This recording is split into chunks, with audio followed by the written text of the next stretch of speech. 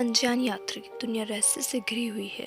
बहुत सी अफवाहों के साथ कई ऐसी सच्ची घटनाएं भी हैं जिन पर यकीन पाना बहुत मुश्किल है। 60 साल पहले जापान के एयरपोर्ट पर उतरते एक अनजान यात्री की कहानी भी कुछ इसी तरह रहस्यमय से भरी हुई है।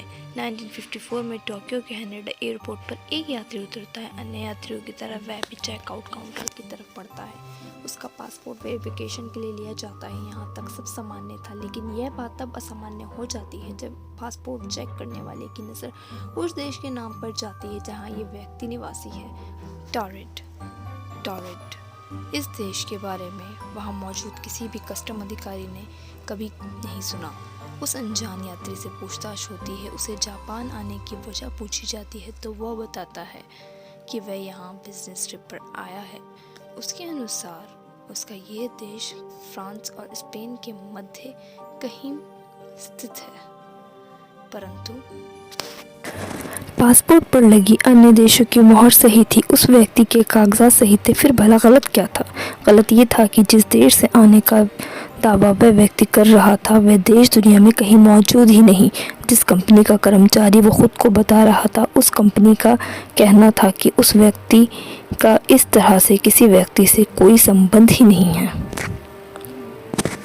इस तरह वह जापान जिस कंपनी में मीटिंग के लिए आया, उन्होंने भी कहा ऐसा किसी व्यक्ति की जानकारी को झुठला दिया। जिस होटल में यह व्यक्ति अपने ठहरने की बात कर रहा था, उस होटल में भी उसके नाम की कोई बुकिंग नहीं थी।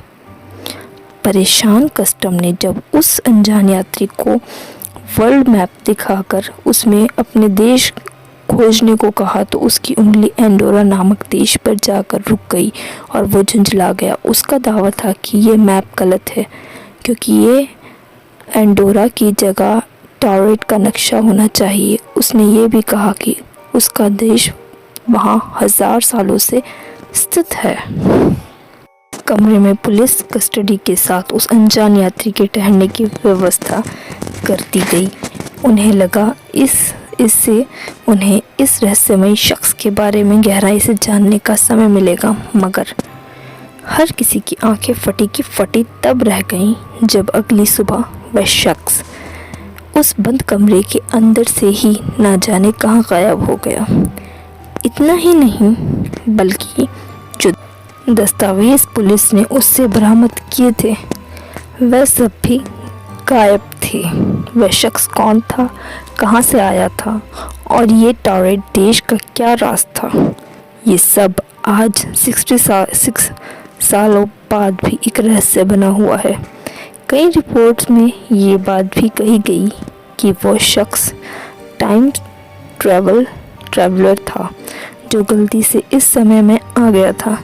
हालांकि इस तरह की किसी बात की पुष्टि नहीं हुई। आप लोगों को मेरी कहानी कैसी लगी मुझे कमेंट बॉक्स में कमेंट करके बताइएगा। लाइक शेयर सब्सक्राइब कीजिए और अगर आपको मेरी कहानी अच्छी लगी तो कमेंट में मुझे अपनी राय दीजिएगा।